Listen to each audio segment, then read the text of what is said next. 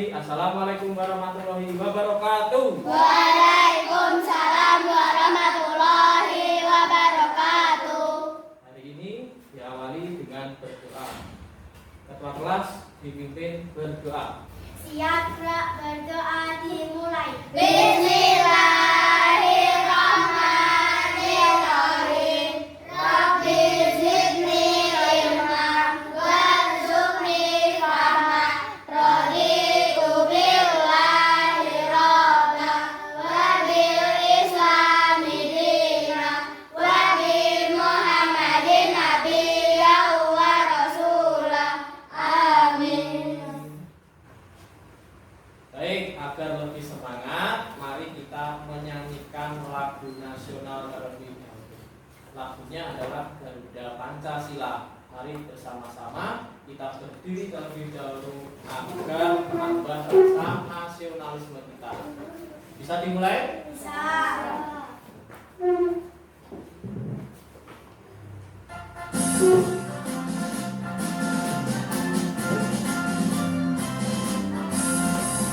Kejar Pancasila, akulah pendukungmu. Patriot proklamasi, setia berkorban untukmu. Pancasila dasar negara, rakyat adil makmur sentosa. Pribadi bangsaku, ayo maju, maju, ayo maju, maju, ayo maju, maju. Baik, kita akan membuat sesuatu kelas kita itu agar lebih nyaman, agar lebih tertib.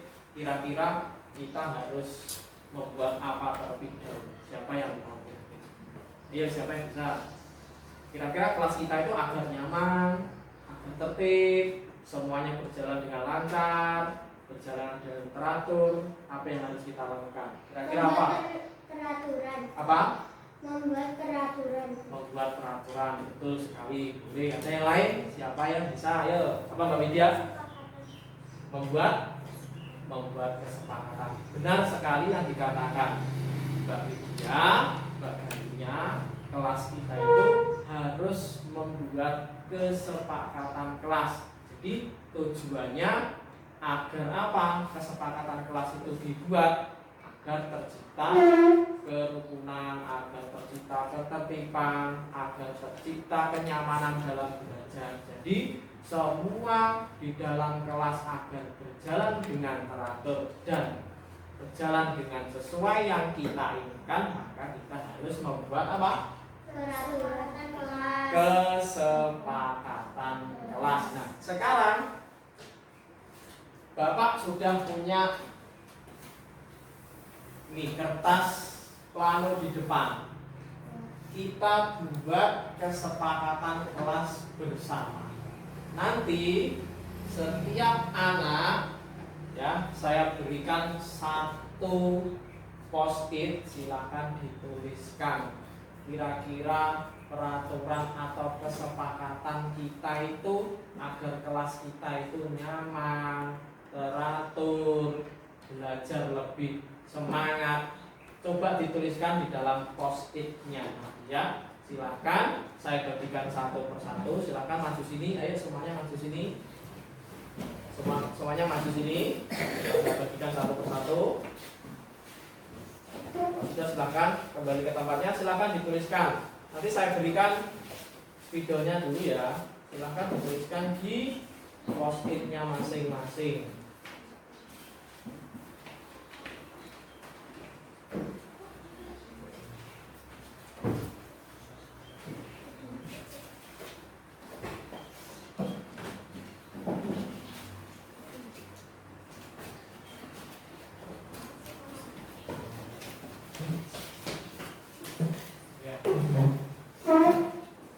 Kemudian silakan dituliskan lembar post-it-nya tadi dengan menggunakan spidol.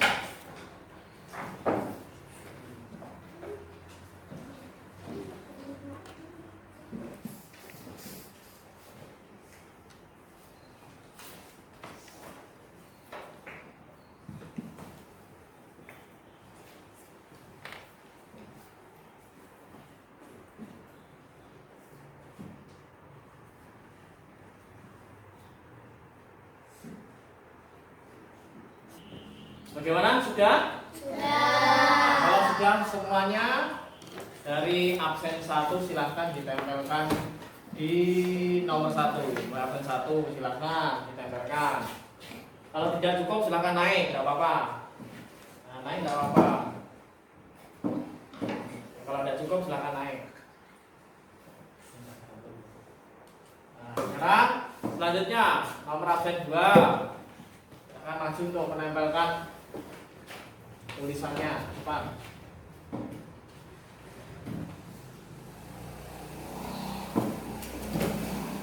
Yang ketiga, nomor absen 3 siapa? Ayo silakan maju.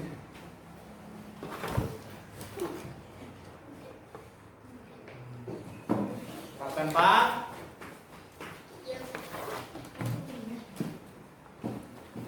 Lima.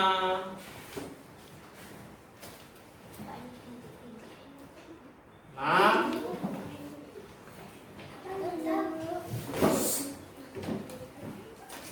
Kalau tidak cukup silakan naik, tidak apa-apa naik.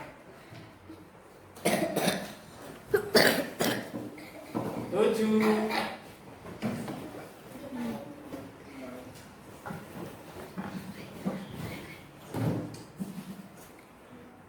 8.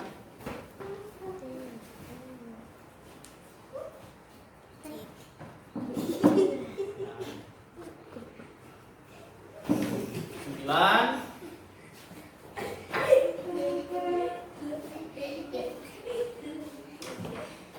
Dan akhir 10.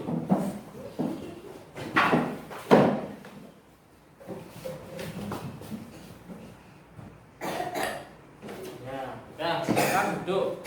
Saya akan bacakan satu persatu kesepakatan kelas kita, yaitu kelas 3. Nanti kalau setuju atau sepakat bilang setuju ya. Kalau tidak sepakat silakan boleh. Nanti boleh mengusulkan. Apabila tidak sepakat kurang apa, ya, silakan ditambahkan nanti ya. Yang pertama, semua warga kelas masuk tepat waktu. Sepakat? Sepakat? Oke, sepakat ya. Jadi masuknya harus tepat waktu. Kalau bel berbunyi tet jam 7 semuanya harus masuk di dalam kelas ya. Sepakat ya? Nah, yang kedua, menjaga kerukunan kelas. Sepakat? Nah, kalau sepakat, tentunya kita harus menjaga kerukunan. Jadi sesama teman harus saling menyayangi. Tidak boleh ada yang bertengkar, suka mengejek temannya, atau lebih-lebih sekarang yaitu membuli. Tahu membuli? Nah, bullying itu tidak boleh. Diutamakan adalah kerukunan. Yang ketiga, melaksanakan piket sesuai jadwal. Sepakat? Jadwal piket sudah diberikan? Sudah. Jadi semuanya harus piket sesuai jadwal. Hari Senin, siapa hari Senin angkat tangan? Nah, hari Senin itu adalah hari awal ketika masuk sekolah. Jadi sebelum upacara, kelas dan halaman di depan kelas, sekitar kelas harus kelihatan bersih. Sepakat ya? Hari Selasa siapa? Nah, hari Selasa juga harus dibersihkan di dalam kelas maupun di luar kelas. Rabu, Kamis, Jumat, Sabtu, nah, semuanya harus melaksanakan piket sesuai. Yang keempat, berdoa sebelum dan sesudah belajar. Sepakat? Kita harus berdoa. Ketika bel masuk, duduk yang baik, ya, Pak Guru datang atau Bu Guru datang, harus berdoa untuk awal pembelajaran. Ketika pulang pun juga harus berdoa, lalu bersalaman dengan Bapak Ibu guru. Sepakat ya?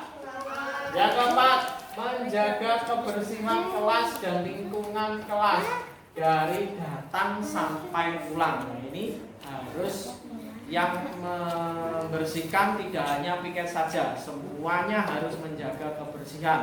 terutama di lantai dalam kelas biasanya ada apa itu namanya, plastik atau kotoran tuh ya, itu harus dijaga. Apabila ada kotoran segera dibersihkan atau dibuang. Paham? Sepakat untuk nomor 5? Sepakat ya? Sekarang nomor 6, menjaga ketertiban dan keamanan kelas. Sepakat? Tertib itu bagaimana ketertiban itu? Ketertiban contohnya ya, ketika pembelajaran harus tenang, tidak boleh rame. Terus kemudian tidak membuat gaduh, semuanya harus tenang ya, tidak boleh ramai, celometan apalagi itu tidak boleh ya. Kemudian keamanan kelas, jaga keamanan kelas seperti menjaga barang-barang kalian sendiri harus dijaga.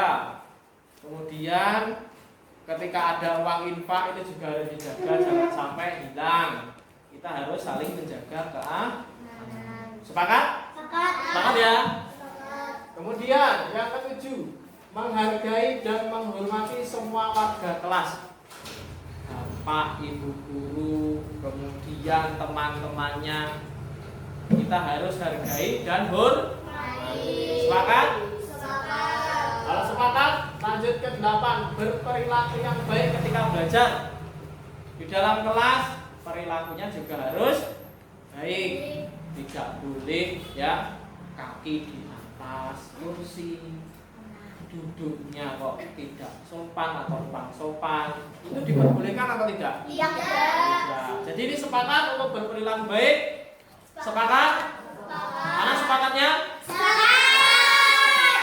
9, semua siswa harus percaya diri dan aktif ketika belajar. Nah, belajar tidak boleh ngantuk, bosan, tidak mendengarkan, apalagi tidur. Itu boleh atau tidak? Tidak boleh. Harus aktif. Ketika tidak tahu harus bertanya. Kepada siapa?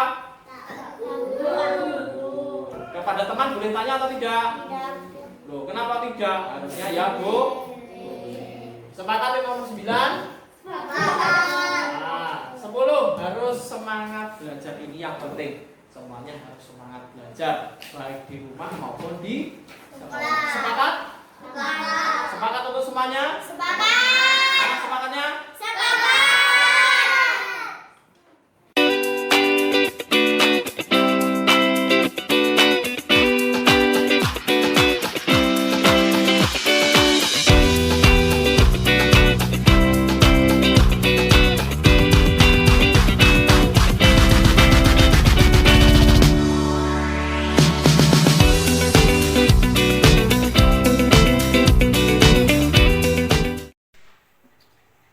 Bismillahirrahmanirrahim. Assalamualaikum warahmatullahi wabarakatuh. Waalaikumsalam warahmatullahi wabarakatuh.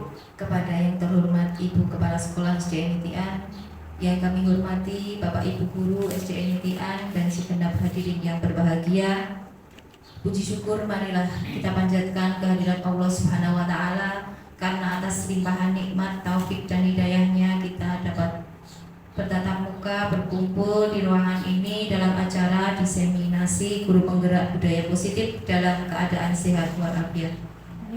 Salawat serta salam tak lupa kita aturkan kepada junjungan kita Nabi Agung Nabi Besar Muhammad SAW yang kita nantikan syafaatnya baik di dunia maupun di akhirat kelak.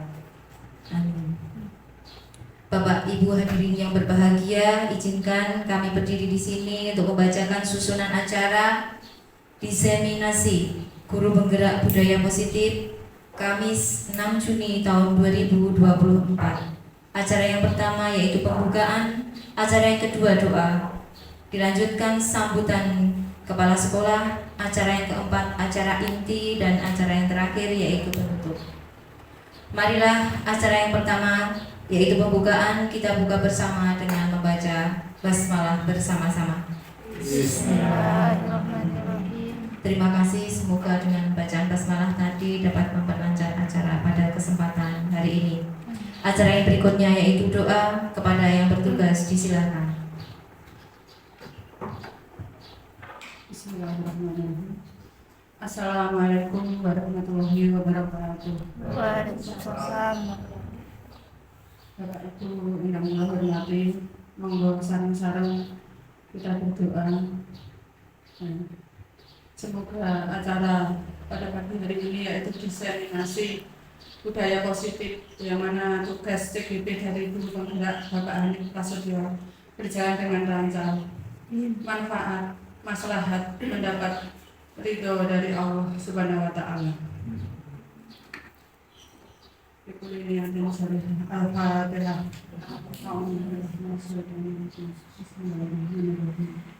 Alhamdulillahirabbil alamin. Ar-Rahmanir-Rahim. Maliki yaumiddin. Iyyaka na'budu wa iyyaka nasta'in. Ihdinas siratal mustaqim. Shiratal ladzina an'amta 'alaihim ghairil maghdubi 'alaihim. Bismillahirrahmanirrahim. Alhamdulillahirabbil alamin. Hamdan syakirin hamdan namin. Hamdan yakin ni'mah. Wa yukafi masidah ya rabbana lakah hamdana ya rabbil jalali wal ikram sultan. Allahumma shalli ala sayyidina Muhammad wa sayyidina Muhammad. Allahumma rabbana taqabbal minna sholatana wa siyamana. Amin wasistana. Tadarru'ana wa taqabbal taksirana ya rabbal alamin. Allahumma inna ala dzikrika wa syukrika wa husni ibadatik. Allahumma ighfir lana dzunubana wa liwalidayna warhamhuma kama rabbayana shaghira. Rabbana atina fid dunya hasanah wa fil akhirati hasanah wa qina adzabannar wa qina adzabannar. Subhanaka rabbil izzati amma yasifun wa salamun ala mursalin walhamdulillahi rabbil alamin. Assalamualaikum warahmatullahi wabarakatuh. Waalaikumsalam.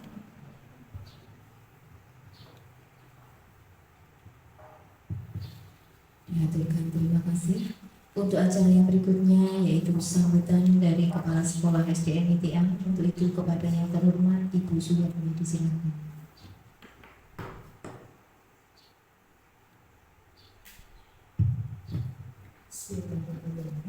Assalamualaikum warahmatullahi wabarakatuh. Yang kami hormati di sini Bapak Hanif sebagai peserta CGP angkatan ke-10, Bapak Ibu peserta diseminasi guru penggerak hari ini yang berbahagia. Pertama-tama minggu yang kedua kalinya marilah kita panjatkan puji syukur kehadiran Yang Maha Kuasa sehingga hari ini kita dapat mengikuti acara dari Bapak Hanif sebagai CGP dalam rangka diseminasi guru penggerak dalam budaya positif, begitu ya Pak Hanif ya. Tentu saja dalam keadaan sehat walafiat mudah-mudahan anak setunggal. Dan selanjutnya tidak lupa salawat serta salam kita tujukan kepada Nabi kita, Nabi Agung Nabi Muhammad Sallallahu Alaihi Wasallam yang kita harapkan syafaatnya besok di yaumil akhir. Amin. Bapak Ibu peserta diseminasi calon guru penggerak hari ini, kami di sini tidak perlu berpanjang lebar. Monggo apa yang disampaikan oleh Bapak Hanif ini supaya untuk menggugah kita, apa yang akan disampaikan dapat memberikan masukan yang positif sehingga bisa mengembangkan diri kita sebagai guru, utamanya guru di SDN Itian ini bisa disampaikan, bisa ilmunya bisa terserap oleh kita, kemudian bisa disampaikan untuk kemajuan pendidikan anak didik di SDN Itian. Mungkin kami tidak panjang lebar di dalam memberikan sambutan. Monggo selamat buat Mas Hanif sampai hari ini sudah sampai modul berapa Mas? Modul 1 selesai kan ya? Modul 1 selesai, ini mungkin terakhir. Modul 1-nya nanti akan disambung selanjutnya. Maka selamat melaksanakan diseminasi calon guru penggerak dalam budaya positif. Monggo disampaikan sebebas-bebasnya teman-teman semuanya untuk mengikutinya, bisa kita ambil yang positif buat kemajuan anak didik kita. Mungkin tidak banyak dari saya sekian saja. Akhirnya billahi taufik wal hidayah. Wassalamualaikum warahmatullahi wabarakatuh. Terima kasih kepada Ibu Kepala SDNITA. Untuk acara yang berikutnya yaitu acara inti diseminasi guru penggerak budaya positif dari Bapak Hanif Prasetyo. Untuk itu kepada Bapak Hanif Prasetyo waktu sepenuhnya kami haturkan.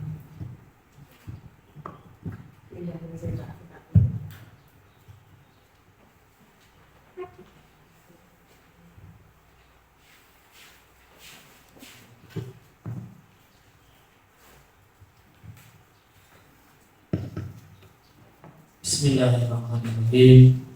Assalamualaikum warahmatullahi wabarakatuh.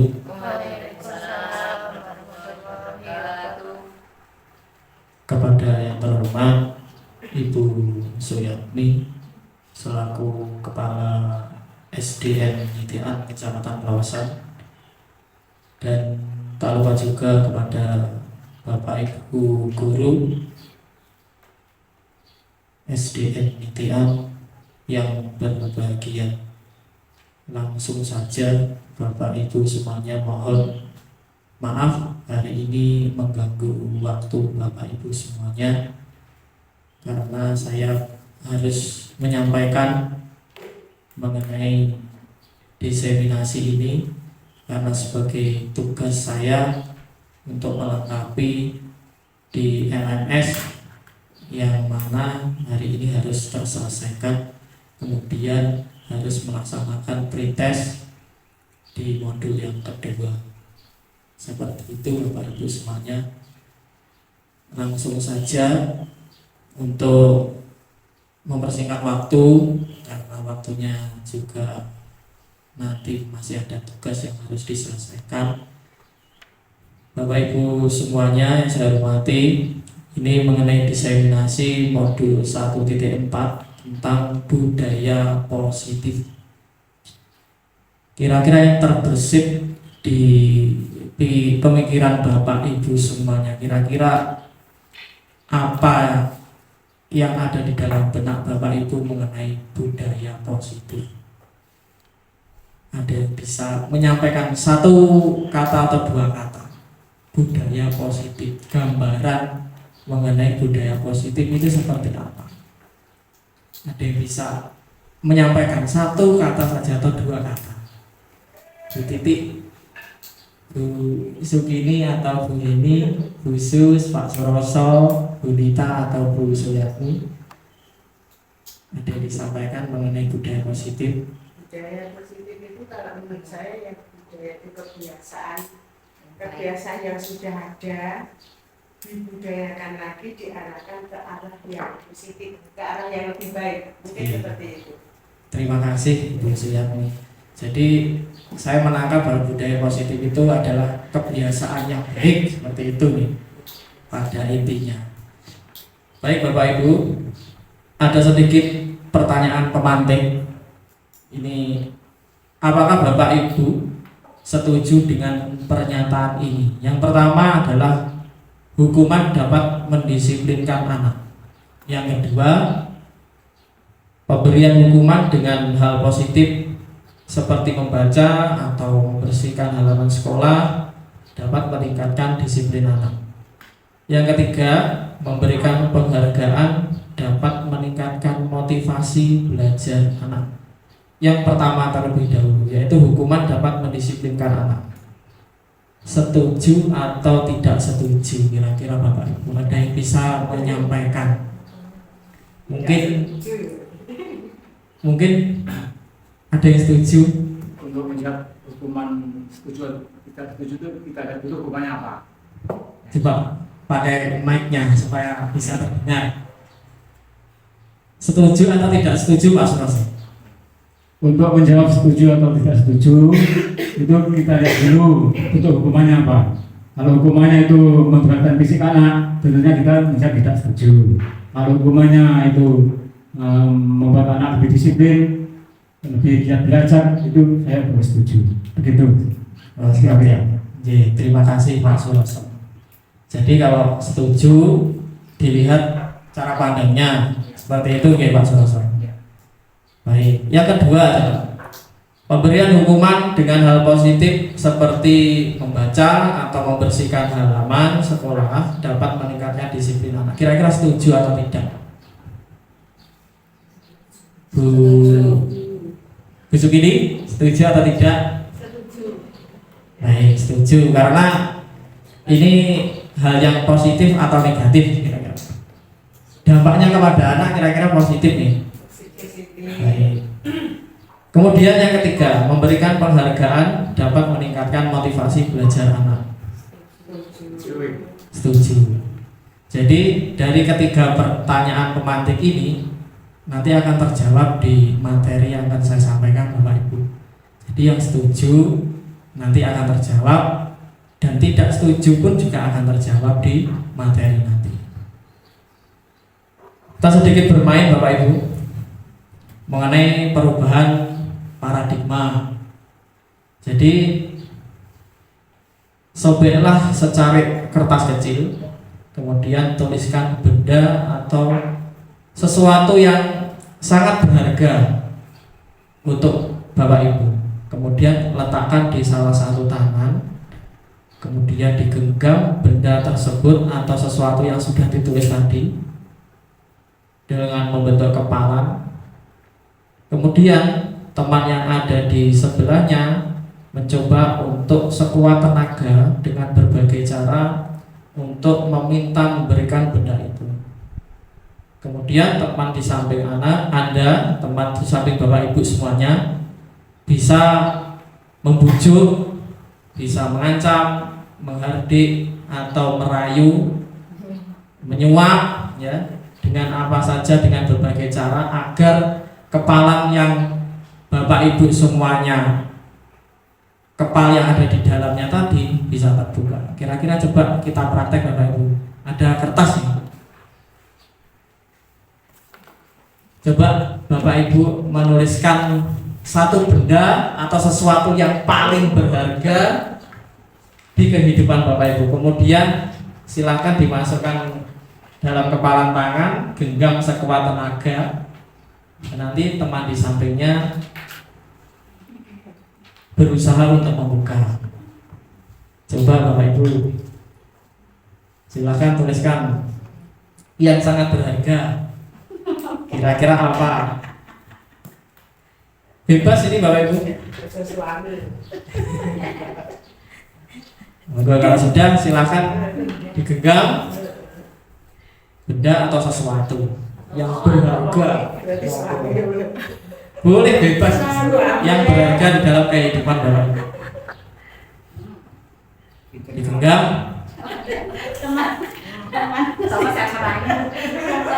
Coba Bu Suki ini berusaha membuka tangannya Bu Titi.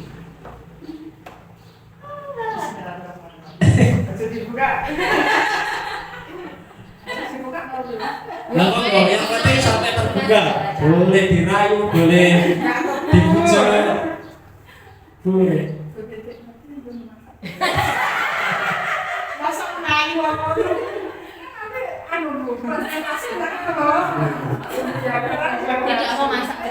Coba punyanya Bu Sus dibuka Bu Eni, bisa atau tidak?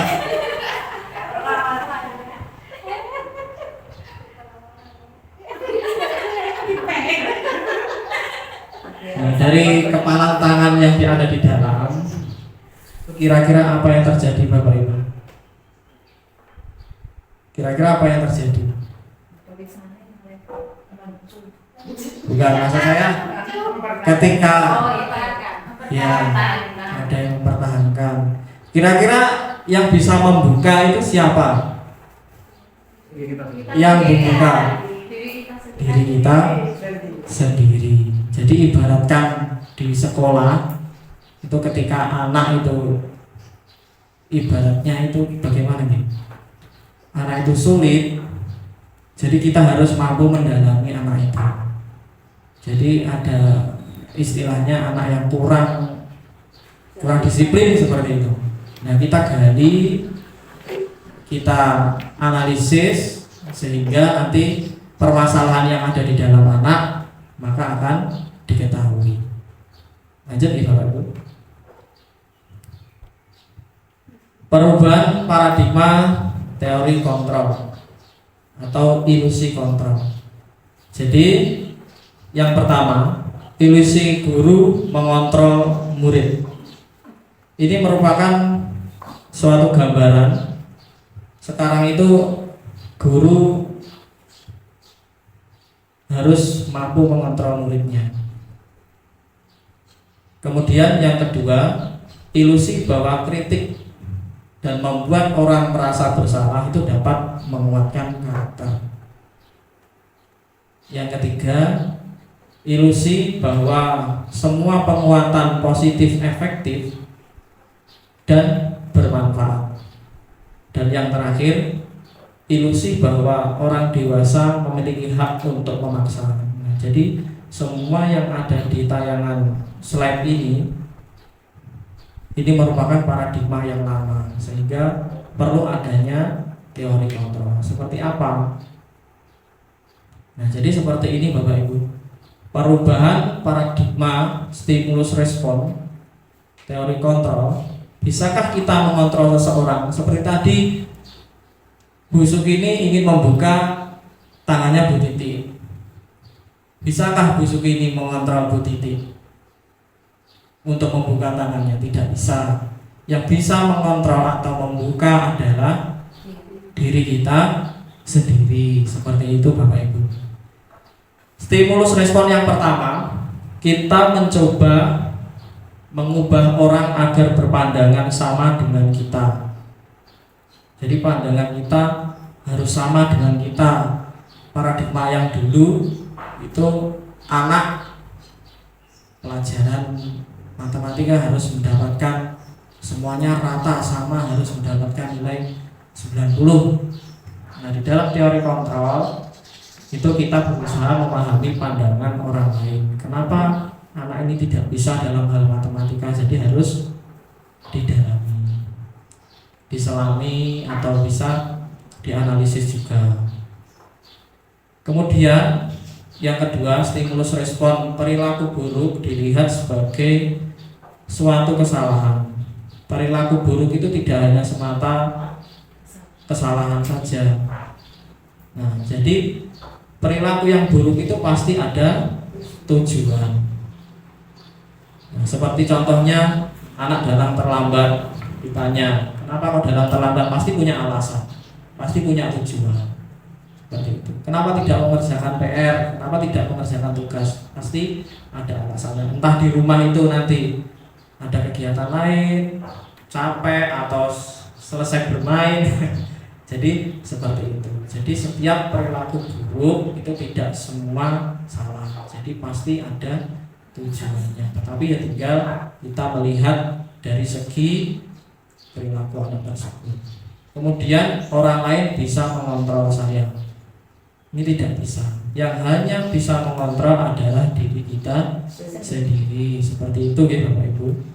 Kemudian saya bisa mengontrol orang lain. Tidak bisa. Semuanya pasti diri kita sendiri yang bisa mengontrol. Kemudian pemaksaan dan ada pada saat bujukan gagal. Jadi tidak bisa. Kemudian yang terakhir, model berpikir menang atau kalah. Kita ubah mindset kita dengan model berpikir menang dan menang. Semuanya sama di dalam kurikulum Merdeka Belajar. Jadi disamakan. Sekarang pembelajarannya berdiferensiasi seperti itu merupakan paradigma baru bagi pendidikan kita. Pada materi ini mengenai budaya positif, tadi saya masih bertanya apa itu budaya positif. Ternyata Bapak Ibu, budaya positif itu adalah nilai-nilai keyakinan-keyakinan, dan kebiasaan-kebiasaan. Betul yang disampaikan tadi Bu Suratni, bahwa budaya, diambil kata budaya itu adalah kebiasaan-kebiasaan. Kemudian kebiasaan-kebiasaan di sekolah itu pasti berpihak pada murid, dapat berkembang dengan menjadi pribadi yang kritis, penuh hormat, dan bertanggung jawab. Tadi di dalam praktek kepalan tangan tadi ada nilainya. Tadi Bu Sukini membujuk, minta izin, seperti itu merupakan nilai-nilainya.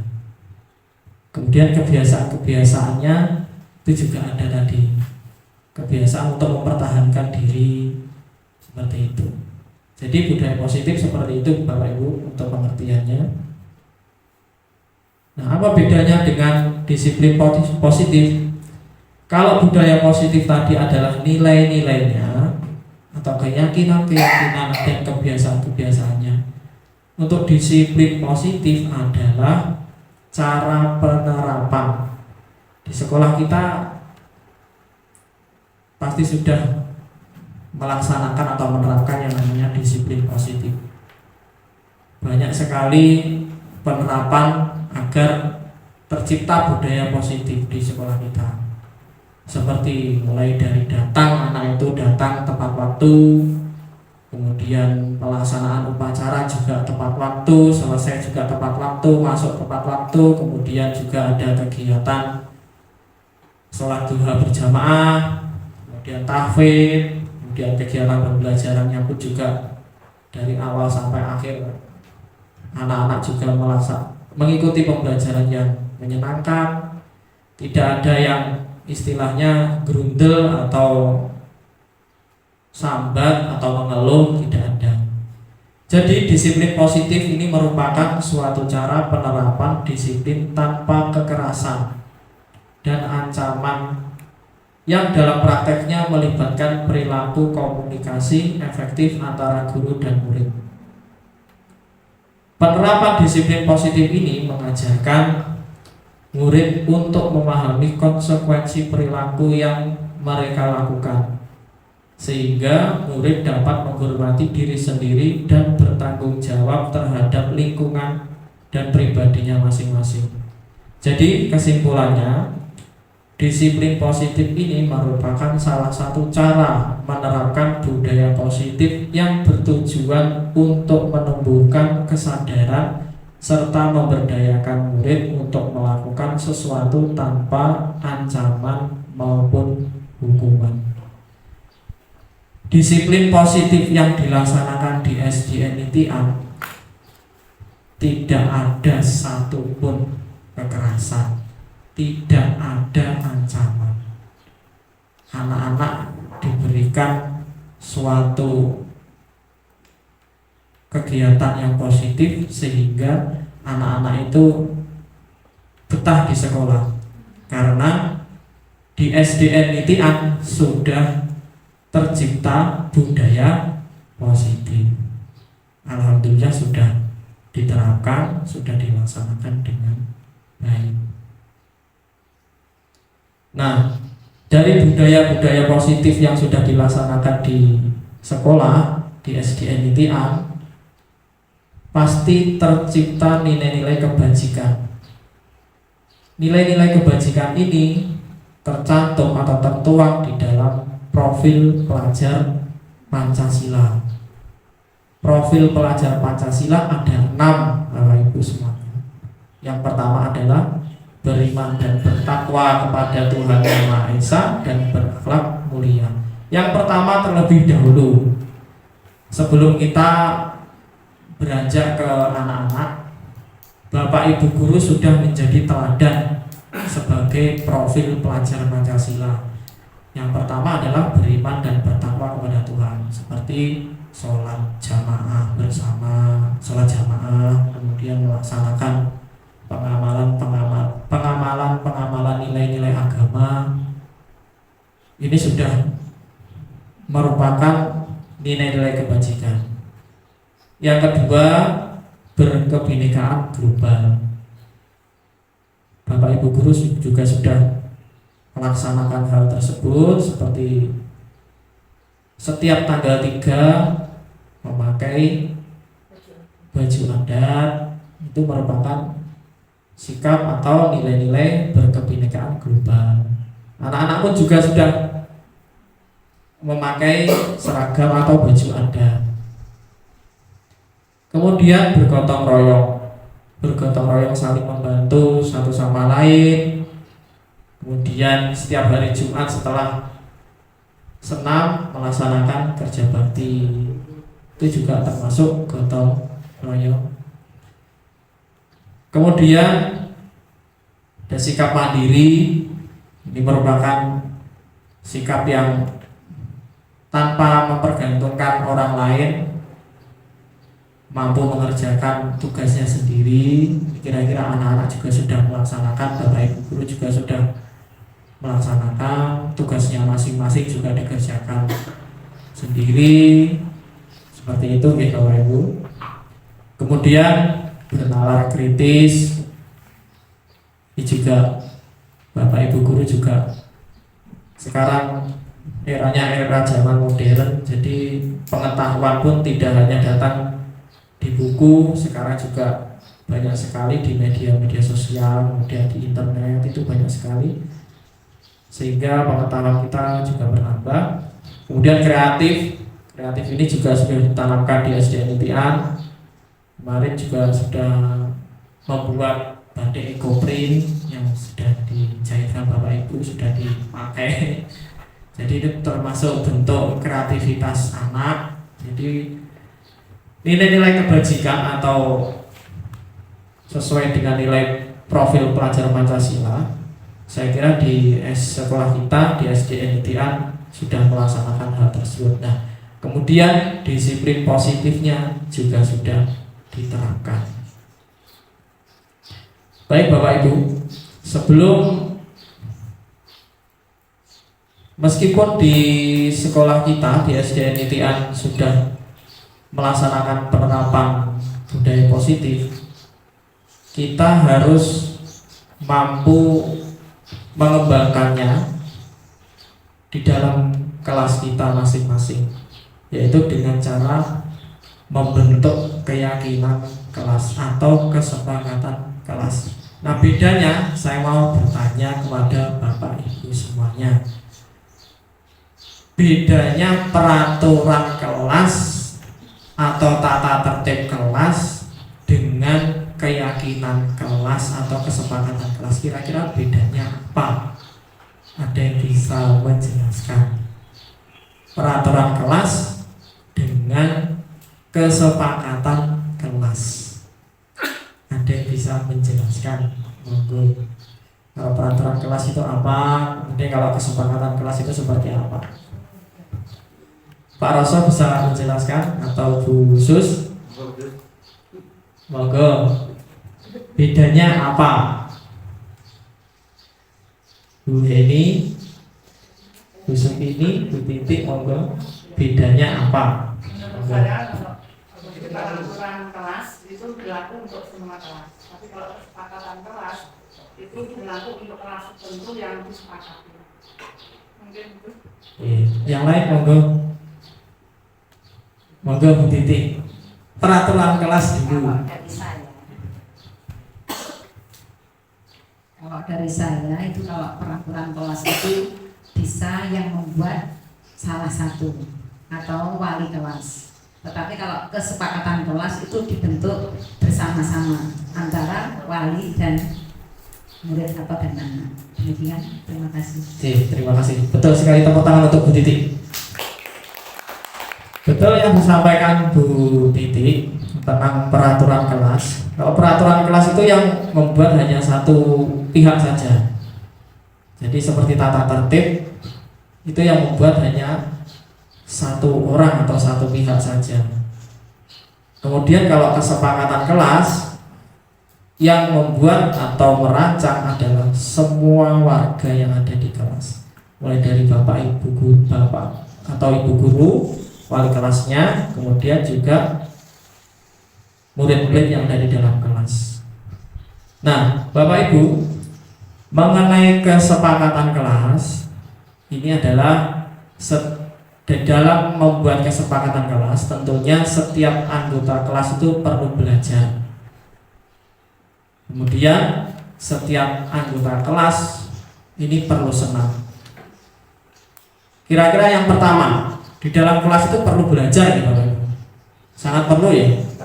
Perlu sekali. Kemudian di dalam kelas harus suasananya menyenangkan, pasti wajib agar anak itu nyaman dalam kelas, dalam belajar. Kemudian setiap anggota kelas perlu melakukan tugas. Ini wajib sekali dan harus dilaksanakan. Kemudian setiap anggota kelas ini perlu saling menghargai. Kuncinya seperti itu Bapak Ibu. Saling menghormati satu sama lain. Baik menghormati Bapak Ibu guru dan teman-temannya. Kemudian setiap anggota kelas perlu merasa aman. Keamanan di dalam kelas itu sangat diperlukan. Kemudian selalu bersikap positif. Hal-hal baik yang ada di sekolah atau di kelas maksud saya, ini harus ditanamkan. Senantiasa menjaga diri yang terbaik. Kemudian percaya dan menghormati orang lain, berkomitmen terhadap setiap tugasnya, dan terakhir senantiasa membantu. Akan saya tampilkan Bapak Ibu mengenai dalam membentuk atau merancang keyakinan kelas yang sudah saya terapkan di kelas saya, di kelas 3 seperti ini.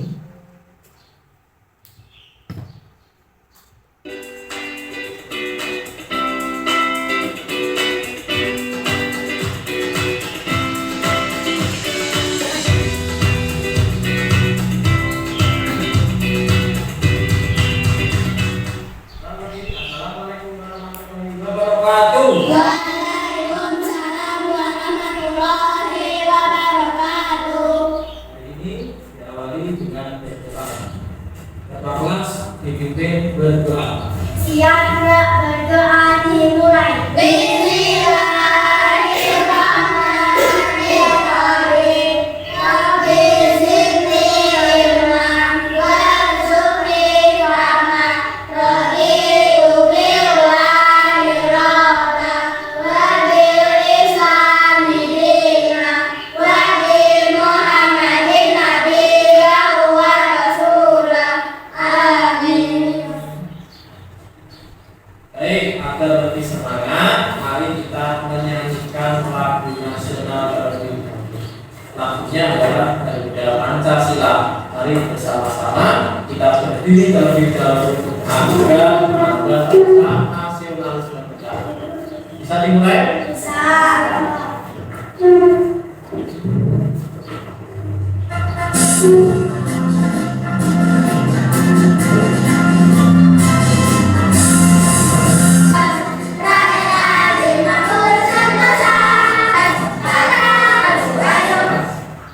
Baik, kita akan membuat sesuatu kelas kita itu agar lebih aman, agar lebih tertib. Kira-kira kita harus membuat apa terlebih dahulu? Siapa yang mau? Iya, siapa yang bisa? Kira-kira kelas kita itu agar nyaman, agar tertib, semuanya berjalan dengan lancar, berjalan dengan teratur. Apa yang harus kita lakukan? Kira-kira apa? Peraturan. Apa? Membuat peraturan. Membuat peraturan. Betul sekali. Beri kata yang lain. Siapa yang bisa? Ayo, apa Mbak Widya? Membuat kesepakatan. Benar sekali yang dikatakan Mbak Widya. Bagiannya kelas kita itu harus membuat kesepakatan kelas. Jadi tujuannya agar apa? Kesepakatan kelas itu dibuat dan tercipta kerukunan, agar tercipta ketertiban, agar tercipta kenyamanan dalam belajar. Jadi semua di dalam kelas akan berjalan dengan teratur dan berjalan dengan sesuai yang kita inginkan. Maka kita harus membuat apa? Peraturan kelas. Kesepakatan kelas. Sekarang Bapak sudah punya Ini kertas plano di depan. Jadi yang pertama itu kita sebagai guru atau wali kelas itu menjelaskan mengenai tentang keyakinan kelas atau kesepakatan kelas agar anak itu tahu bahwa oh ternyata beda antara peraturan kelas dan kesepakatan kelas. Kemudian anak-anak diajak diskusi agar kesepakatan kelas yang dimunculkan atau yang diusulkan kepada anak itu bisa disampaikan. Kemudian langkah selanjutnya kita buat kesepakatan kelas bersama.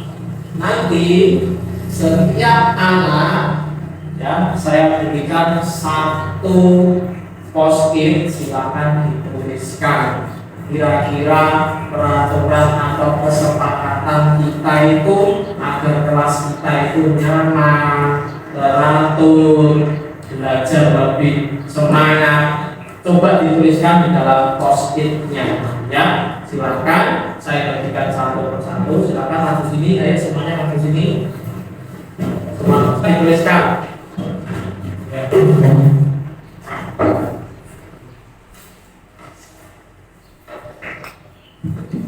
siswa mulai menuliskan pendapatnya mengenai kesepakatan kelas. Kemudian setelah nanti menuliskan beberapa hal mengenai kesepakatan kelasnya ditempelkan di kertas plano. Dari absen 1 silakan ditempelkan di nomor 1. Absen 1 silakan ditempelkan. Nah, selanjutnya nomor absen 2 langsung ditempelkan tulisannya Pak. Ya, Pak, ya, kata langsung.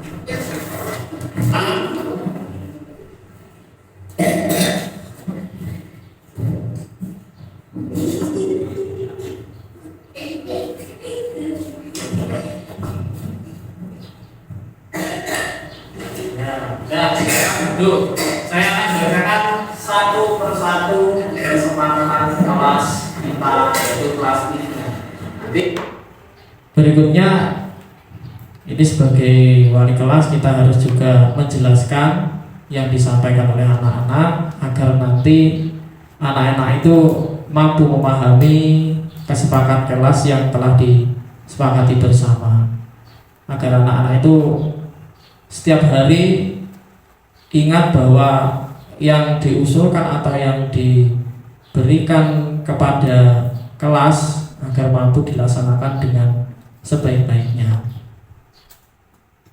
Jadi kalau setuju atau sepakat, nah setuju ya. Kalau tidak sepakat silakan boleh. Nanti boleh mengusulkan apabila tidak sepakat kurang apa. Nah, silakan kita angkat. Lihat. Yang pertama, semua warga kelas masuk tepat waktu. Semangat? Semangat? Oke, semangat ya. Jadi masuknya harus tepat waktu. Bel berbunyi jam 7 semuanya harus masuk di dalam kelas, ya. Semangat ya. Nah, yang kedua, menjaga kerukunan kelas. Semangat.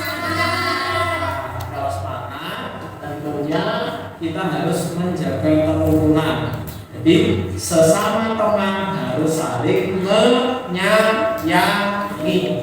Boleh ada yang bertengkar, suka mengejek temannya, atau lebih-lebih sekarang yaitu jadi apa maupun di belakang. Ini harus yang membersihkan tidak hanya pikir saja, sebut perilaku baik, sebab belajar ini yang penting semuanya.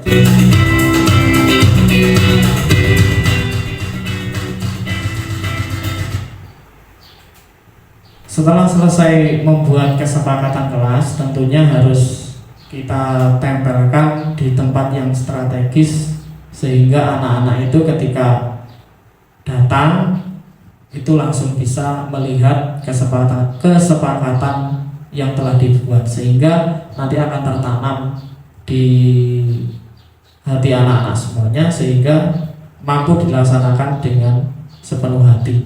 Seperti di depan sini Bapak Ibu, kalau saya itu di kelas 3 saya tempelkan di papan tulis ini karena ada sisa tempat, jadi saya tempelkan di depan agar anak-anak itu bisa membaca setiap hari dan nanti bisa dipraktekkan kepada Bapak Ibu semuanya di dalam kelasnya masing-masing, membuat kesepakatan kelas bersama.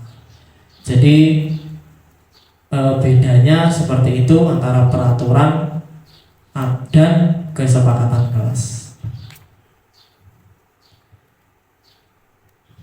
Lanjut Bapak Ibu semuanya, mengenai 5 dasar kebutuhan manusia. Yang pertama adalah bertahan hidup, yang kedua kasih sayang dan diterima, yang ketiga penguasaan, yang keempat kebebasan, yang kelima kesenangan. Ini adalah kebutuhan dasar kita sebagai manusia. Salah satu tidak terpenuhi, nah pasti kita akan kerepotan. Misal di rumah kok marah-marah kepada putranya, itu pasti ada salah satu kebutuhan dasar manusia yang tidak terpenuhi. Jadi yang pertama tadi adalah bertahan hidup, itu meliputi makanan, pakaian, tempat tinggal, keamanan, dan kesehatan. Salah satu ini apabila semuanya terpenuhi, pasti enjoy dalam menjalani kehidupan. Kesehatannya kurang, pasti kalau bekerja tidak sepenuh hati, pasti ada kepikiran. Oke.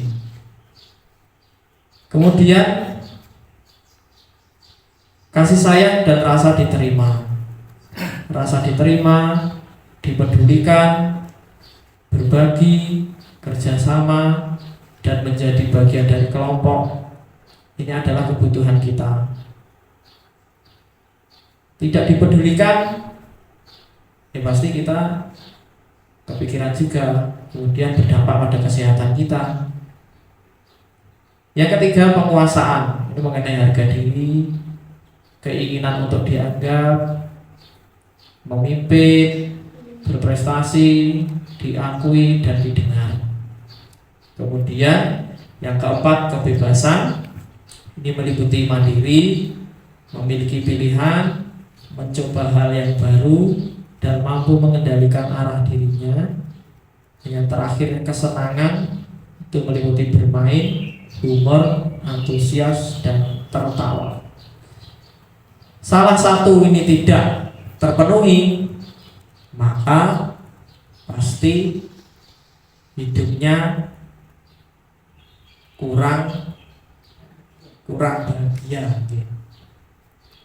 Siswa itu, anak-anak, apabila melakukan sesuatu hal yang tidak sesuai atau yang tidak kita inginkan, itu pasti ada salah satu kebutuhannya yang tidak terpenuhi. Misalkan di sekolah nangis, itu pasti ada penyebabnya. Kenapa kok menangis? Mungkin ada salah satu dari 5 kebutuhan dasarnya yang tidak terpenuhi. Entah itu lapar, tak bertahan hidup ini, makanan, mungkin kesenangannya tidak terpenuhi, tidak bisa bermain, kemudian mungkin kasih sayangnya kurang karena tidak dipedulikan oleh temannya. Nah seperti itu. Agar semuanya berjalan dengan baik di dalam sekolah kita, maka 5 kebutuhan ini harus kita penuhi sebagai guru untuk anak didik kita. Selanjutnya mengenai hukuman, konsekuensi, dan restitusi Bapak Ibu. Dari pertanyaan pemantik yang pertama tadi, ini ada hubungannya dengan ini. Hukuman, konsekuensi. Konsekuensi itu bisa berupa penghargaan, kemudian restitusi.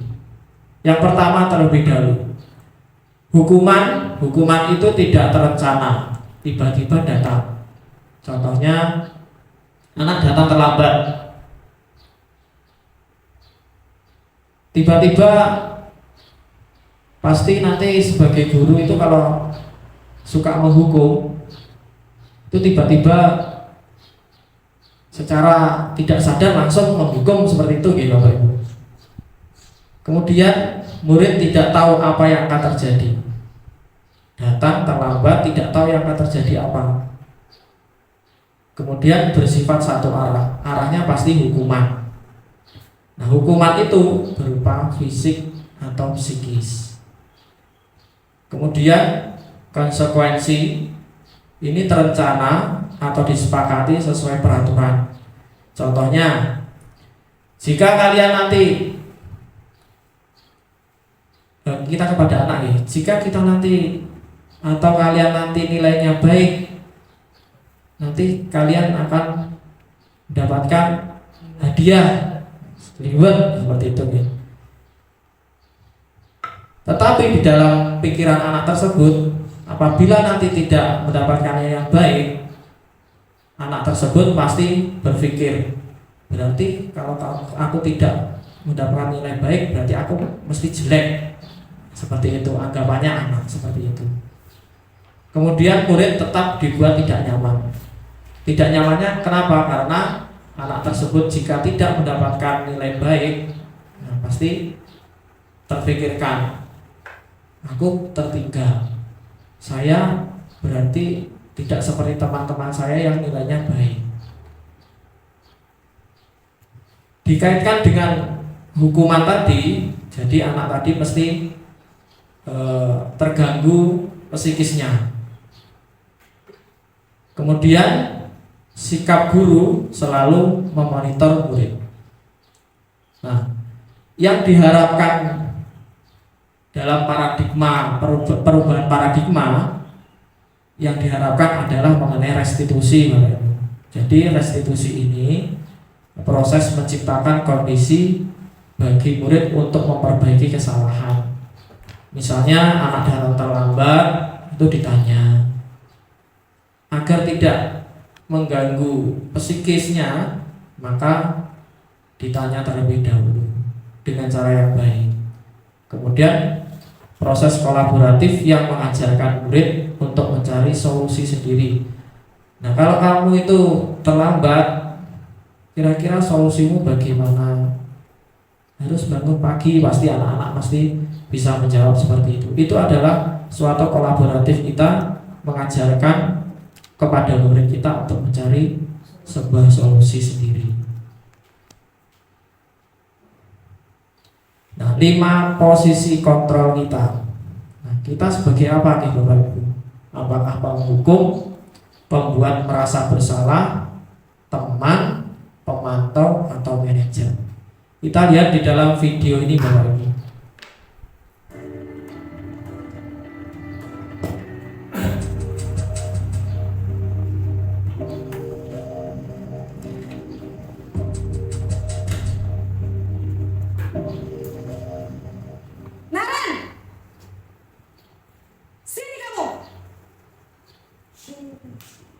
Selamat pagi, Bu. Selalu terlambat. Kamu deh, pasti terlambat. Maaf, Bu. Saya Apa? Apa coba? Alasan kamu apa lagi? Kapan sih kamu tidak terlambat? Malas sekali ya kamu jadi anak. saya Dasar pemalas. Gak kapok-kapok sih kamu. Sudah berapa kali terlambat? Sana, kamu keliling lapangan basket 2 kali. kenapa saya harus ke lapangan basket, Bu? Kenapa? Kamu melawan ibu? Berani-beraninya jawab. Sudah terlambat, masih berani jawab pula. Sekarang,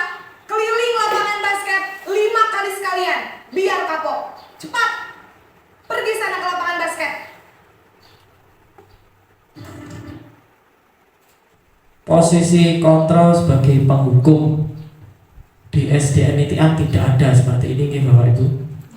Tidak ada ya? Tidak ada. Muridnya tak ke semua.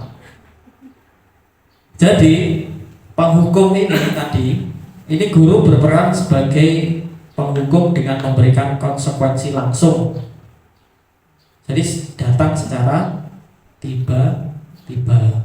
Kemudian tujuannya menegakkan aturan dan memastikan murid itu memastikan konsekuensi dari tindakan mereka. Datang secara tiba-tiba dihukum mengelilingi lapangan basket, tidak panjang lebar, tidak memperhitungkan, gurunya langsung menghukum. Itu adalah sebagai penghukum. Berikutnya yang kedua adalah posisi pembuat merasa bersalah.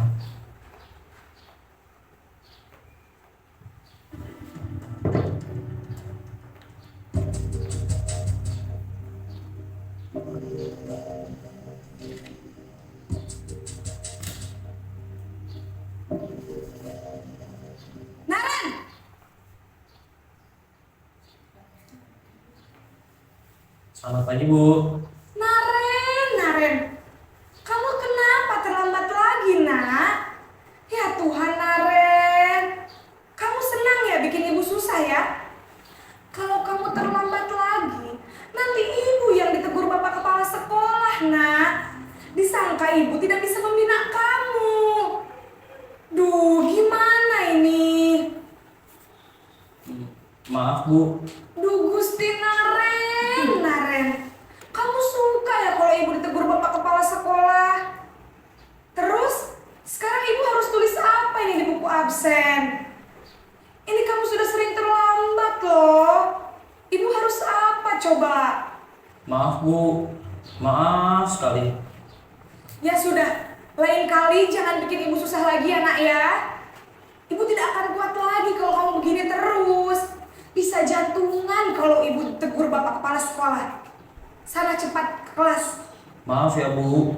Maaf sekali. Dari yang pertama beda sekali. Yang pertama tadi langsung menghukum. Kalau ini beda kasusnya Bapak Ibu. Ada yang seperti ini, mengalami seperti ini? Pernah mengalami? Tidak ada ya? Jarang atau tidak ada? Atau pernah melakukan hal seperti ini? Contohnya saya kepada siapa nih?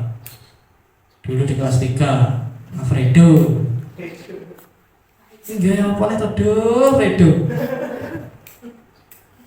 Nanti dimarahi, saya nanti dimarahi Bu Yati loh. Dulu saya pernah melakukan hal seperti ini, Bu. Itu adalah posisi kontrol sebagai pembuat rasa bersalah, ya.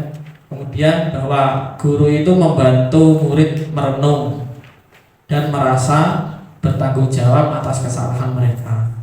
Ini membangun kesadaran dan tanggung jawab bisa, tetapi ini harapannya tidak terjadi di SDN Nitian. Nah, posisi kontrol seperti apa yang diharapkan? Mari kita lanjutkan tayangan video berikutnya. Posisi pembuat rasa bersalah berbicara dengan nada tenang. Posisi kontrol yang ketiga sebagai teman.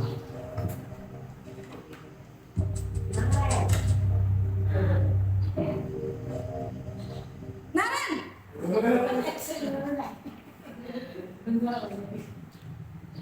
Selamat pagi, Bu. wah, sudah jam berapa ini, Nak?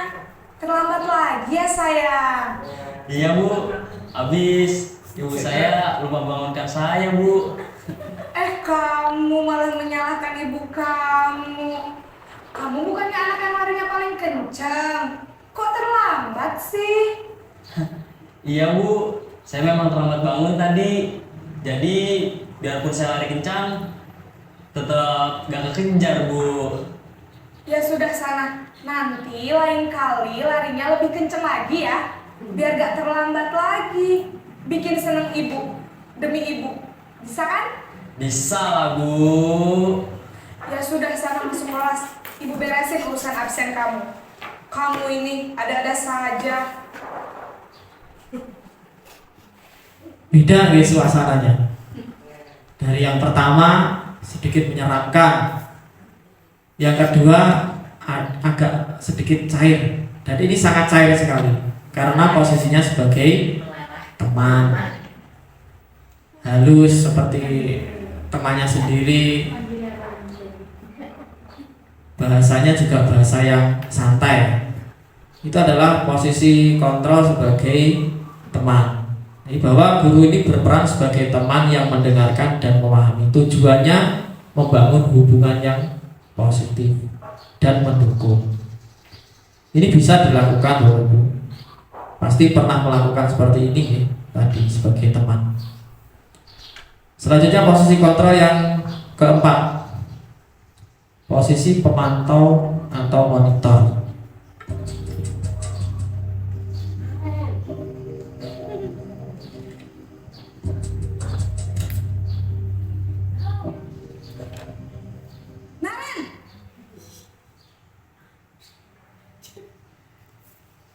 Selamat pagi, Bu. Naren, apa peraturan sekolah kita tentang jam berapa kita harus masuk sekolah, Nak? Kita harus di sekolah jam 7, Bu. Iya, betul. Sekarang sudah jam 7.20. Naren sudah tahu konsekuensinya jika terlambat hadir. Paham, Bu. Saya harus tinggal kelas pas jam istirahat selama 20 menit. Iya, benar. Konsekuensinya demikian. Jadi nanti jam 9.30 pas istirahat, kamu harus tinggal di kelas, kerjakan tugas tambahan untuk ketertinggalan kamu, ya? Baik, Bu.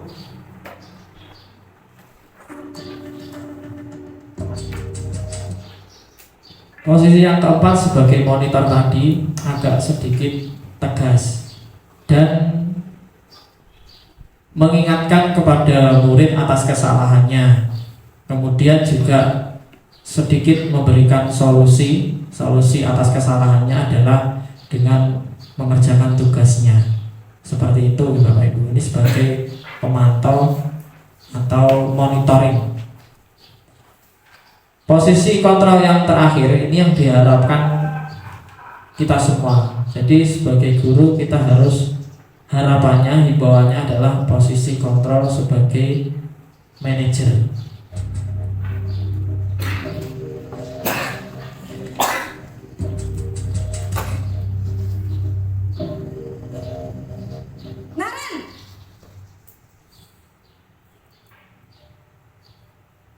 Selamat pagi, Bu. Selamat pagi, Naren. Maaf, Bu. Saya terlambat. Iya, sekolah masuknya jam 7, sekarang sudah jam 7.20. Jadi sekarang bagaimana ini, Naren? Maaf, Bu. Saya lupa setel alarm saya semalam. Baiklah, menurut kamu, keyakinan sekolah yang mana yang perlu kamu tingkatkan? Menghargai diri sendiri dan orang lain mungkin ya, Bu. Setuju. Jadi, apakah Naren meyakini prinsip saling menghormati tersebut? Iya, Bu. Saya meyakininya. Apakah Naren bersedia memperbaiki masalah keterlambatan ini? Bersedia, Bu. Bagaimana kamu akan perbaiki masalah keterlambatan ini? Saya akan coba untuk tidak lupa menyetel alarm saya, Bu. Baik, kalau Naren lupa menyetel alarm di rumah, ada orang yang kira-kira bisa bantu mengingatkan tidak? Ada, Bu. Kakak saya, Kak Emma. Ada lagi selain Kak Emma? Selain Kak Emma, ada ibu saya. Baik, jadi yang mengingatkan Naren adalah Kak Emma dan ibu kamu ya? Kira-kira akan mulai setel alarm kapan nih, Naren? Setelah pulang sekolah, akan segera saya lakukan. Baik, jadi Naren akan setel alarm untuk bangun besok pagi dan akan diingatkan oleh kakak dan ibunda Naren ya. Ada lagi yang mungkin perlu dilakukan, Naren, agar tidak terlambat bangun lagi? Tidak ada, Bu. Baik, Naren. Terima kasih untuk kerjasama kamu. Sekarang kamu perlu kembali ke kelas untuk belajar. Baik, Bu. Terima kasih. Ini adalah posisi kontrol guru sebagai manajer. Jadi guru ini berperan membimbing dalam mengatasi masalah yang ada pada anak. Kemudian memperkuat pendekatan pemulihan dan pembelajaran. Ini yang sangat diharapkan Bapak Ibu. Kira-kira dari Bapak Ibu semuanya, posisi kontrol apakah aku? Coba dari Bu Suyatmi.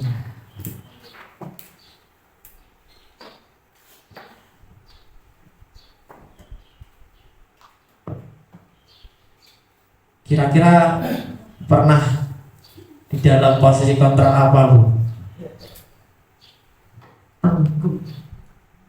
Penghukum pernah saya. Pernah? Pernah. Ya. Oke. Penghukum itu kan tidak direncanakan tadi ya. Jadi begitu saja kalau ada yang melanggar sini. Nanti kalau tidak manut nanti posisi penghukum pernah intinya saya. Oke, terima kasih. Ini harus dihindari oleh Bapak Ibu guru. Tapi kalau di SD tidak separah yang ada di sekolah atas nih, jenjang atas. Kalau SD gitu cenderung Disayang. disayang. Disayang-sayang. Oke. Terima kasih Bu Suyatmi. Selanjutnya Bu Rita, pernah di dalam posisi kontrol apa? Teman mungkin ya. Kalau di kelas 1 kalau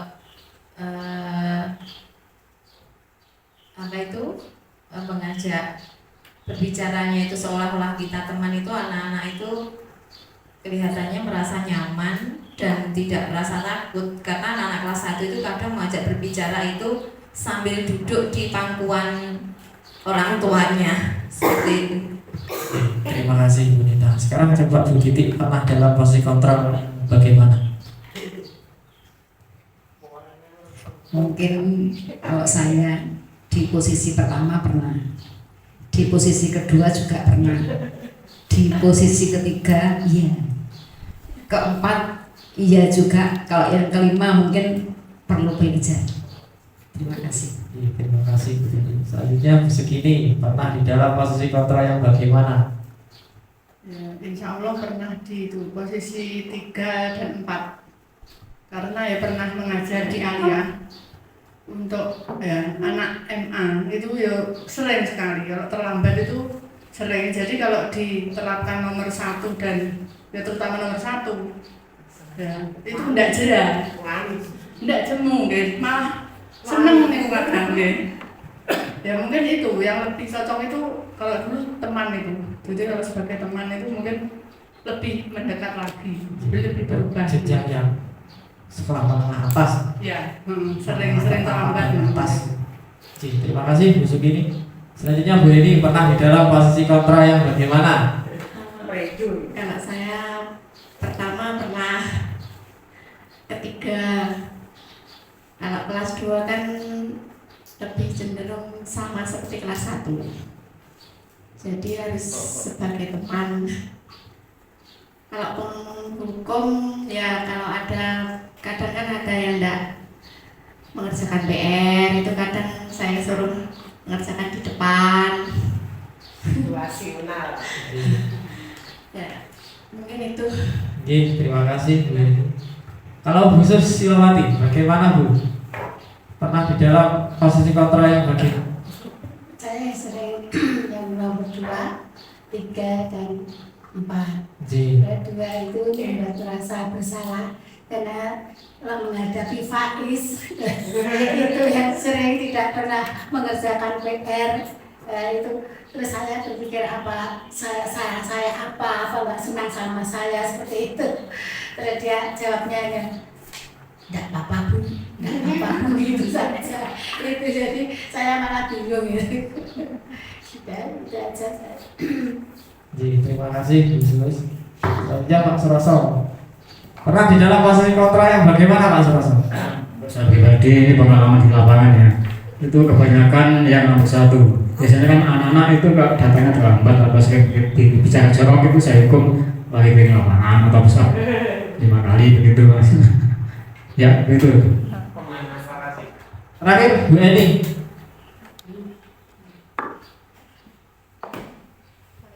Pernah di posisi kontra yang bagaimana?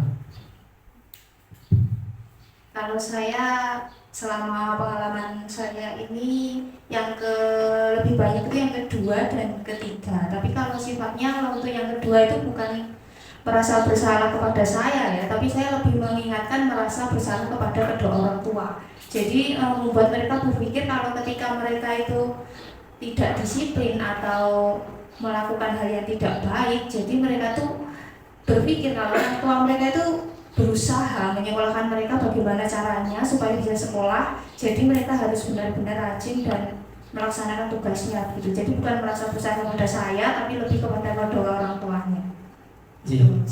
Terima kasih Bu Leni dan semua Bapak Ibu guru. Posisi kontrol saya sering pertama saya Bapak Ibu. Ini merupakan sebuah tamparan bagi saya selama mengikuti pendidikan guru penggerak. Ternyata banyak kekeliruannya Bapak Ibu. Sebagai guru ini ternyata pengikut ini salah total, dan alhamdulillah selama mengikuti pendidikan guru penggerak saya masih perlu belajar mengubah sikap saya sebagai guru, dan yang harapan saya di SDN Nitian, saya harapkan semuanya menjadi posisi kontrol yang manajer, membimbing anak, menuntun anak, dan juga tentunya mencarikan solusi kepada anak itu dengan pendekatan agar mampu menjadi pribadi yang mandiri. Seperti itu Bapak Ibu tentang posisi kontrol. Nah, di dalam posisi kontrol ini, yang posisi kontrol manajer ini di dalam segitiga restitusi ini harus diterapkan. Nah, apa itu segitiga restitusi? Ini adalah sebuah pendekatan kepada anak mengenai masalah-masalah yang dihadapi. Di SD kan tidak ada guru BK, beda di SMP maupun di SMA. Kalau di SD sebagai guru ini harus wajib melakukan langkah segitiga restitusi. Yang pertama adalah menstabilkan identitas. Di dalam menstabilkan identitas ini ada beberapa pertanyaan yang harus disampaikan kepada anak ketika ada suatu masalah. Kemudian yang kedua adalah validasi tindakan yang salah. Dan yang ketiga adalah menanyakan keyakinan. Penjelasannya bagaimana? Yang pertama, menstabilkan identitas. Menstabilkan identitas ini tujuannya untuk membuat anak yang merasa gagal atau merasa dirinya itu membuat masalah, ini berbuat salah itu menjadi sebuah positif. Kita ubah kesalahan anak menjadi suatu hal yang positif. Nah, kalimatnya bagaimana kepada anak itu? Berbuat salah itu hal yang manusiawi, nah, tidak apa-apa, seperti itu. Kemudian yang kedua, tidak ada manusia yang sempurna. Bapak Ibu guru juga pernah buat kesalahan. Kemudian kita pasti bisa menyelesaikan permasalahan ini. Bapak Ibu guru tidak tertarik untuk mencari tahu siapa yang benar, siapa yang salah. Bapak Ibu guru tertarik untuk menyelesaikan masalah. Kemudian kalau kamu menyalahkan dirimu sendiri terus-menerus, apakah kamu bersikap baik pada dirimu sendiri? Nah, kita itu kepada anak harus menyampaikan sebuah kalimat yang tidak menjatuhkan mental anak, sehingga agar tercipta identitasnya itu bisa stabil, tidak merasa salah terus, tetapi juga ternyata kesalahannya itu ada hal positif.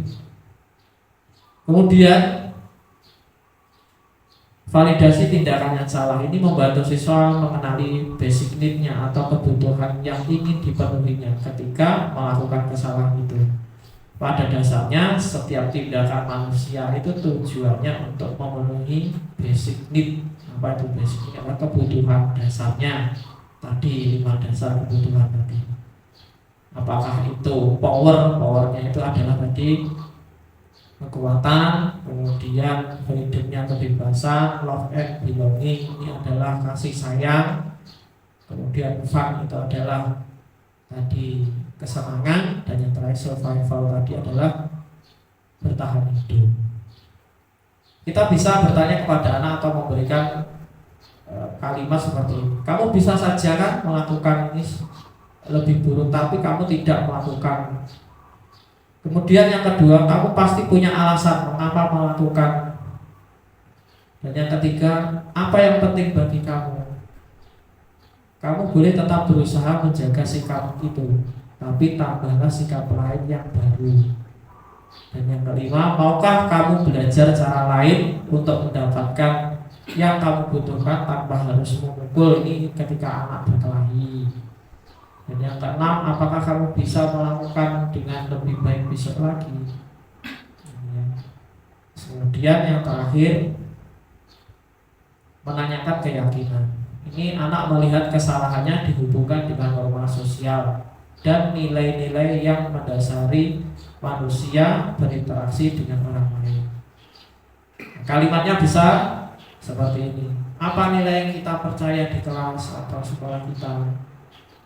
Kemudian nilai-nilai universal apa yang telah kita sepakati?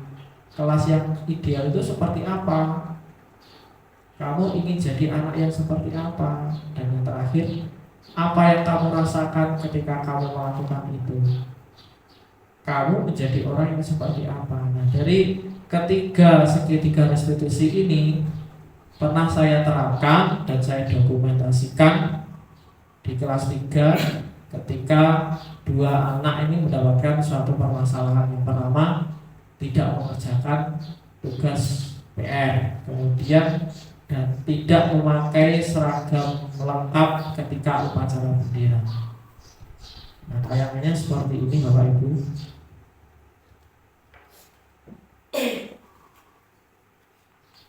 Ini ada permasalahan. Kasus yang pertama, saya menggunakan atau langkah-langkah, saya menerapkan langkah-langkah segitiga restitusi tadi. Tidak melanggar peraturan sekolahnya adalah tidak memakai atribut lengkap saat upacara bendera di hari Senin.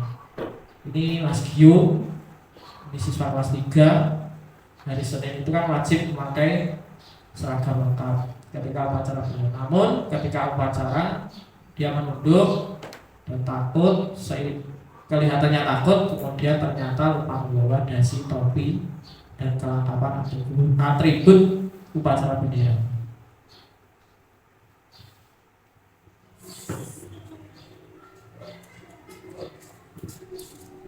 Selamat pagi Mas Gio. Selamat pagi. Sepertinya topi dan dasi kamu apakah masih di atas? Sekarang coba dikeluarkan. Saya ketinggalan di sana. Oh, ketinggalan di depan. Ya sudah, tidak apa-apa. Semua orang pasti pernah melakukan kesalahan. Nanti setelah upacara selesai, Mas Gio masuk ke ruangan Pak Anip ya. Sudah, sekarang silakan persiapan upacara.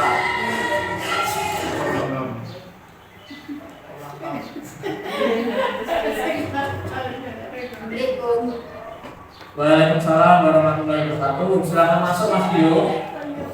Ini duduk sini. Tadi Mas Gio tahu kesalahannya apa? Kita tanya dulu kesalahan. Tadi sudah bilang kalau setiap orang itu pasti pernah melakukan kesalahan. Setiap orang pasti melakukan kesalahan. Ini merupakan langkah menstabilkan identitas. Kita pernah melakukan yang sama seperti yang Mas Gio tahu? Tahu Pak, saya malu dan takut hukum. Nah, tidak apa-apa Mas Gio. Pasti Mas Gio tahu alasannya kenapa tidak memakai seragam. Saya nanti terburu kalau Ini adalah tindakan Mas validasi tindakan yang tidak terlambat ke sekolah. Hanya saja ada yang ketinggalan. Apa Mas Gio? Nah, sekarang kita lihat kira-kira Mas Gio tindakan tidak memakai atribut lengkap atau seragam yang tidak lengkap itu merupakan melanggar keyakinan kelas atau tidak? Tidak Pak, saya melanggar. Keyakinan apa yang dilanggar oleh Mas Gio? Saya kurang disiplin dan Kira-kira tanggung jawab dan sikap disiplin itu penting atau tidak? Kalau tahu itu penting, kira-kira langkah ke depannya Mas Dio apa yang akan dilakukan? Ini adalah menanyakan keyakinan kepada anak. memakai kostum dan ketika upacara. Bagus, kalau Mas Dio sudah mau memperbaiki. Nah, nanti kira-kira Mas Dio akan menjadi siswa yang bagaimana? Dia akan menjadi disiplin dan tanggung jawab. Baiklah, kalau seperti itu Mas Dio. Sekarang silakan kembali ke kelas Mas Dio untuk mengikuti pelajaran ya. Ya, Pak. Ya, silakan kembali. Permasalahan anak yang ditimbulkan dengan menggunakan atau melakukan langkah segitiga restitusi tadi, ini dapat menggali alasan-alasan kenapa terjadi permasalahan itu. Kemudian anak digali, kemudian solusinya pun juga dari anak sendiri, sehingga keyakinan yang ada di sekolah ini bisa disepakati, bisa dilaksanakan dan tidak bisa terulang kembali.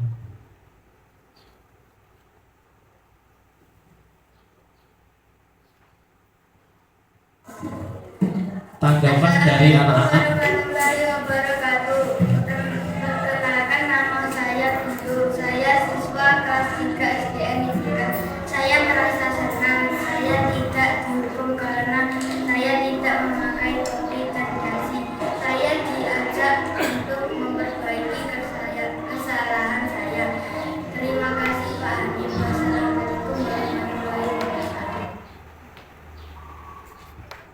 Kasus yang kedua yaitu mengerjakan PR di sekolah. Ini namanya Dea, siswa kelas 3 SDN Nitian Kecamatan Pelosang. Saat Pak Hanif tiba di sekolah, mengetahui Dea mengerjakan sesuatu di dalam kelas. Ia terlihat kebingungan, lalu Pak Hanif menghampirinya. Ternyata ia belum mengerjakan PR yang seharusnya itu dikerjakan di rumah, dan tugas itu harus dinilai sebentar lagi. Seperti ini Bapak Ibu kasusnya.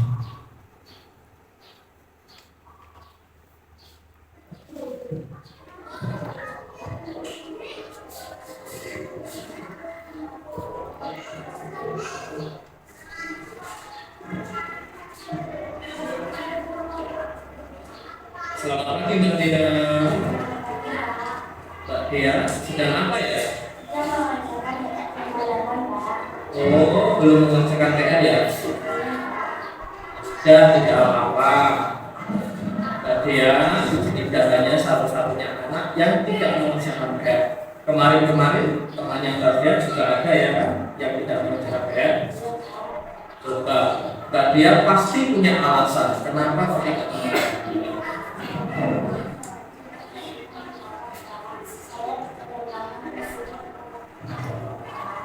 Oh, kelelahan, terus kemudian tidur. Tetapi bangunnya tidak terlambat ya. Jadi Mbak Dea sudah baik ya, tidak terlambat masuk ke sekolah. Tetapi dari kesalahan Mbak Dea, kira-kira itu melanggar keyakinan Mbak Dea tidak? Kalau tahu itu melanggar, kira-kira melanggar keyakinan apa dari Mbak Dea? Kalau tahu itu merupakan hal yang melanggar, kira-kira tanggung jawab itu penting atau tidak? Kalau tahu itu penting, kira-kira langkah ke depannya apa yang akan kamu lakukan untuk memperbaiki itu semua?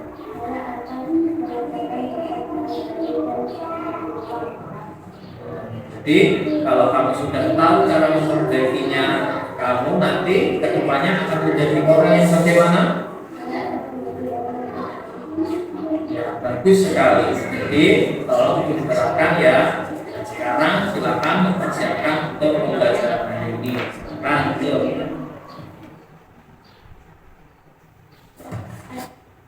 Baik Bapak Ibu semuanya, jadi yang kita harapkan sebagai seorang pendidik tentunya harus melaksanakan posisi kontrol yang manajer dan menggunakan segitiga restitusi.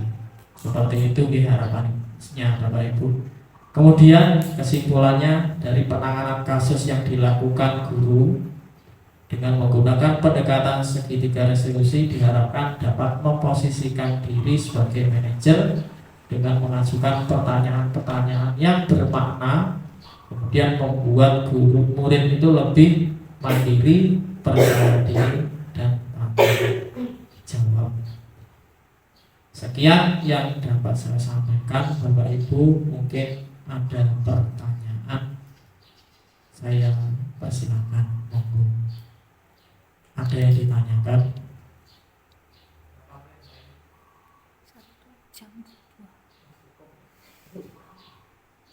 Ada pertanyaan Bapak Ibu? Tidak ada, cukup ya. Kalau cukup, terima kasih atas perhatian Bapak Ibu semuanya. Terima kasih pula sudah mendengarkan, sudah mengikuti kegiatan saya diseminasi modul 1.4 budaya positif.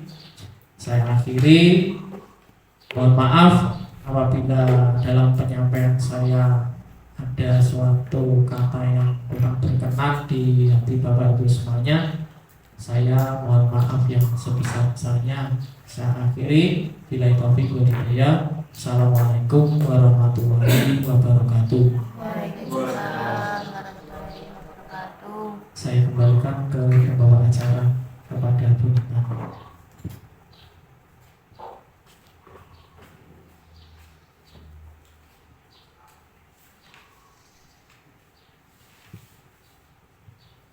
Ya Bapak Ibu, demikian tadi serangkaian acara dari diseminasi guru penggerak budaya positif dari Bapak Hanif Prasetyo, dan ada banyak hal yang bisa menambah pengetahuan bagi kita dan bisa kita terapkan di dalam kelas kita masing-masing. Sebelum acara ini kita tutup, saya selaku pembawa acara mohon maaf bila ada tutur kata yang kurang berkenan di hati panjenengan sedaya, dan marilah acara ini kita tutup bersama dengan bacaan hamdalah. Alhamdulillah. Terima kasih. Assalamualaikum warahmatullahi wabarakatuh. Waalaikumsalam.